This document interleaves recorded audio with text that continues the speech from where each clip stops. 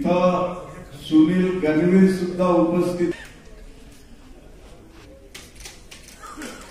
ते रिपब्लिकन पक्षाचे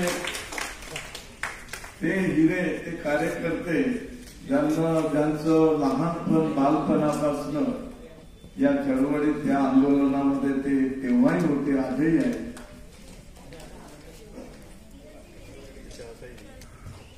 सुनील गणवीर.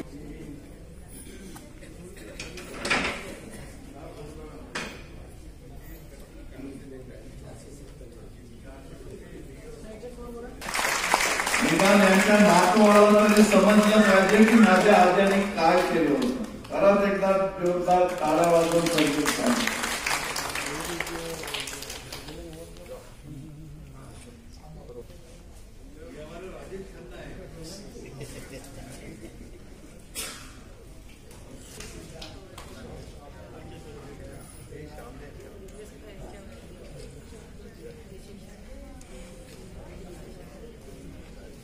पवन गडकरी सरांना पण विनंती आहे.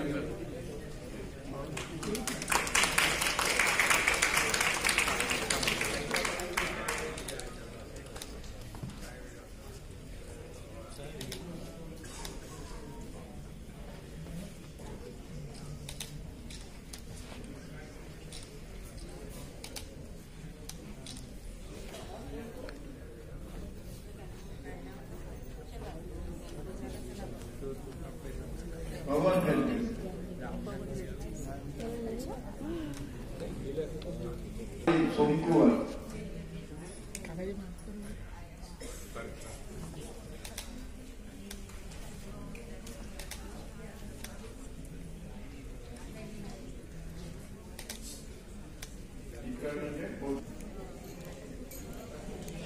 इकडनं जे आहे इकडनं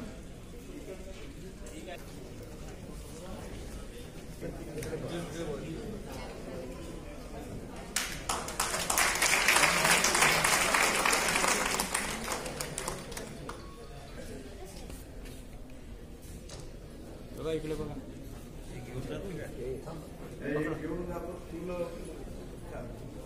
टाळ्या वाजवून त्या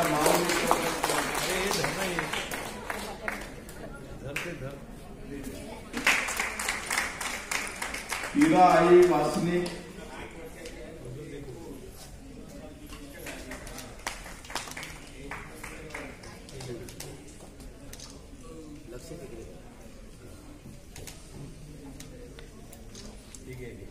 सत्यपुराई मेश्राम. नेताजी गजबे आरपीआय सोडून नंतर मग भाजपात गेले, पण थोडे नर्वस झाले, पण आता नर्वसच आहेत ते भाजपात. परंतु रिपब्लिकन पिंड काही सुटलेला नाही.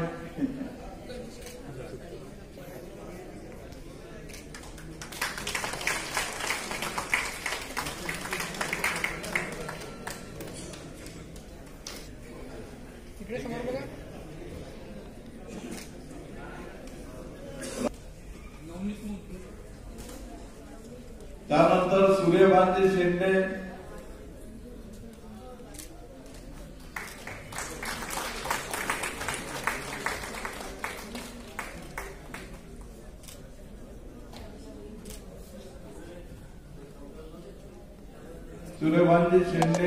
नवनीतजी मोडकरे, त्यानंतर प्रभाकरजी सोमकुवर.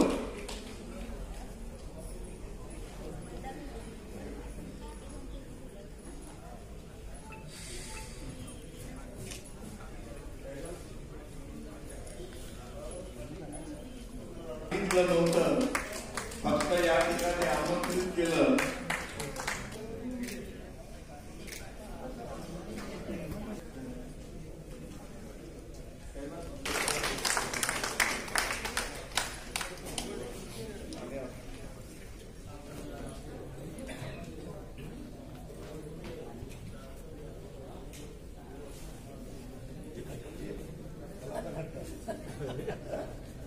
भीमरावजी चव्हाण,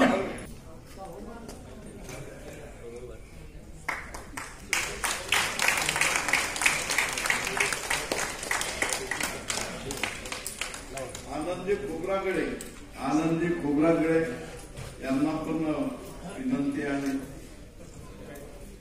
चव्हाण साहेब इकडे पाहतो. की माझं नाव नाही, मला सत्कार नाही झाला, माझं नाही. आपल्या सर्वांचं जो योगदान आहे तो कुणीही विसरू शकत नाही. आपलं अमूल्य योगदान आहे या चळवळीसाठी.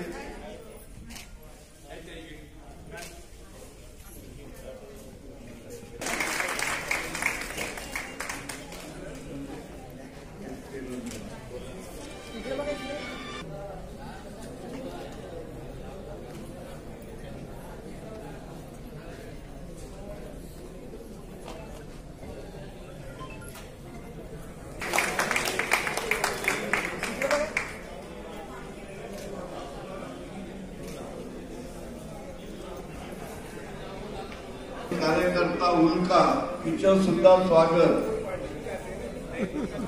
उल्काचं सुद्धा नवीन कार्यकर्ते, नवीन पिढीचे उल्काचं सुद्धा स्वागत. आंबेडकरांचा, रिपब्लिकन पक्षाचा, बॅरिस्टर राजाभाऊ खोब्रागडेंचा,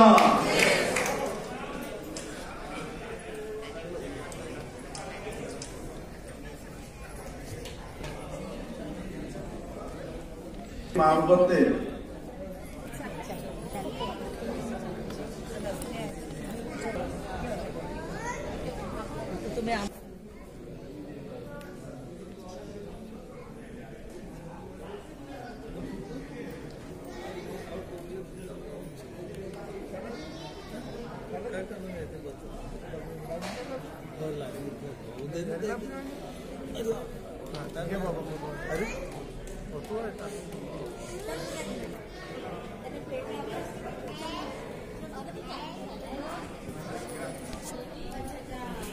इकडे इकडे बघ, इकडे बघ. हे घे, हे घे. हा हा, जय कर, जय कर. हा.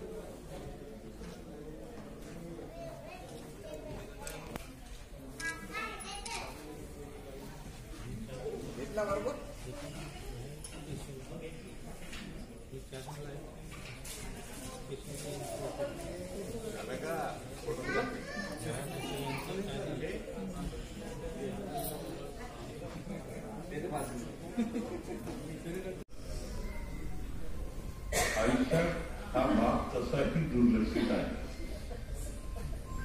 पण हे आपण विसरता येत नाही. बरी झाली होती हायकोर्टामध्ये त्यांचा बस जमला होता. पण ही गोष्ट खरी आहे की ज्या कार्यकर्त्यांचा या बाळासाहेब भरणींच्या डोक्यात आलं की सत्कार करूया, हे रिपब्लिकन पक्षाचं धन होतं यार, रिअल प्रॉपर्टी होती. हा कार्यकर्त्यांचा पक्ष होता, हा लाभार्थ्यांचा पक्ष नव्हता, हा व्यावहारिकही पक्ष नव्हता. ही जीवनवाहिका होती. घरच्या अनेक कामांपैकी एक काम अशी रिपब्लिकन पक्षाची स्थिती होती. बाबासाहेबांच्या आयुष्यात जो मुक्ती प्रवास बाबासाहेबांनी आरंभ केला, त्या मुक्ती प्रवासाचे अनेक जे अंग आहेत त्यातला अत्यंत महत्वाचा अंग हा राजकीय अंगच आहे. राजकारण करायचं की धर्मकारण करायचं की समाजकारण करायचं, हे असे प्रश्न विचारणे या चळवळीला घातक आहे. ती सगळी परस्पर पूरकता आहे. एकाला जोडून दुसऱ्याचं अतिशय जिवलग नातं आहे ते. आणि दिशा स्पष्ट होती, ध्येय स्पष्ट होतं. त्यामुळं त्या ध्येयाला अनुरूप जे जे करता आलं बाबासाहेबांना ते त्यांनी केलं. जर 1920 पासून त्यांच्या कार्याचा आरंभ केला तर 36 वर्षाचा संघर्ष होईल. जर 1918 पासून त्यांचा प्रारंभ केला तर 38 वर्षाचा संघर्ष होईल. या 38 वर्षात जी जी वातावरण जी त्यांच्या आयुष्यात येत गेली ती मुक्ती प्रवासाच्या स्वच्छतेकडे नेणारी होती. आता मी त्यात वेळ नाही दवडणार की 1936 ला इंडिपेंडंट लेबर पार्टी बाबासाहेबांनी निर्माण केली. ती फार प्रिय होती. ती बाबासाहेबांच्या अंतःकरणाच्या जवळ होती. इंडिपेंडंट लेबर पार्टीवर बाबासाहेबांचा खूप जीव होता. बाबासाहेब इंडिपेंडंट लेबर पार्टीवर खूप प्रेम करायचे. भारतीय राजकारणामध्ये इंडिपेंडंट लेबर पार्टी त्यावेळेसच्या इंग्रजी दैनिकामध्ये पहिल्या पानावर ठळक बातमी होती की या देशात इंडिपेंडंट लेबर पार्टीच्या रूपानं एक महत्वाच्या राजकीय शक्तीची निर्मिती झाली आहे. कारण 6 महिन्याचा राजकीय पक्ष 36 ला निर्माण झाला. 37 ला निवडणुकीला सामोरं गेला. 17 जागा निवडल्या आणि 14 निवडून आले होते. त्यात स्वतः बाबासाहेबही निवडून आले होते. त्या 14 मध्ये 4 ब्राह्मण होते. बरेचसे दलितेतर होते. इंडिपेंडंट लेबर पार्टी ही दलितांचा पक्ष म्हणून त्या पक्षाची प्रतिभा नव्हती. पण आता मी खूप विस्ताराने याच्यासाठी सांगत नाही की वेळ जाईल. पण एक नक्की कट झाला.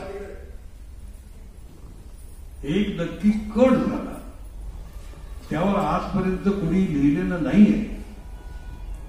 जे अक्षर साहित्य उपलब्ध आहे त्यावरच इकडचं तिकडे लिहिणाऱ्यांचं खूप ठीक आहे. पण इंडिपेंडंट लेबर पार्टी बाबासाहेबांना गुंडाळण्याची बाध्यता का आली?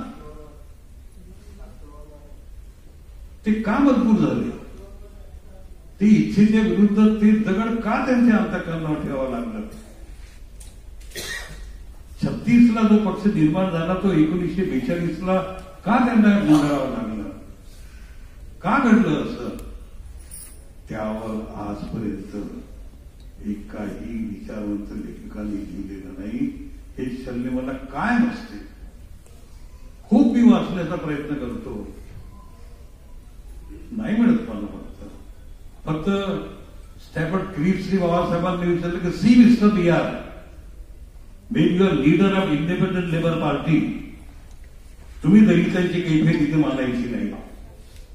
अरे बाबासाहेब म्हणे मी इंडिपेंडंट लेबर पार्टीचा जरी मी इथे नेता असलो तरी इंडिपेंडंट लेबर पार्टीने दलितांची कैफियत मानू नये असं कुठे लिहिलं आहे? क्रिप्स कमिशन आलं होतं आणि क्रिप्स म्हणायचा mister PR Ambedkar, I will not listen you. तुम्हाला दलितांची कैफियत मानायची असेल तर तुम्हाला दलितांच्या प्रातिनिधिक म्हणून यावं लागेल. ही बाध्यता आली आणि छातीवर दगड ठेवून बाबासाहेबांना इंडिपेंडंट लेबर पार्टी गुंडाळण्याचा निर्णय इच्छा नसताना घ्यावा लागला. या राजकीय प्रवासामध्ये हे जे घडत गेलं आणि मग 1942 ला या मोहननगरला इंडिपेंडंट लेबर पार्टी गुंडाळून वाईंड अप करून शेड्यूल कास्ट फेडरेशनची निर्मिती झाली. मला हे सांगायचं नाही की बाबासाहेबांच्या अंतःकरणाच्या जवळ इंडिपेंडंट लेबर पार्टीचं जे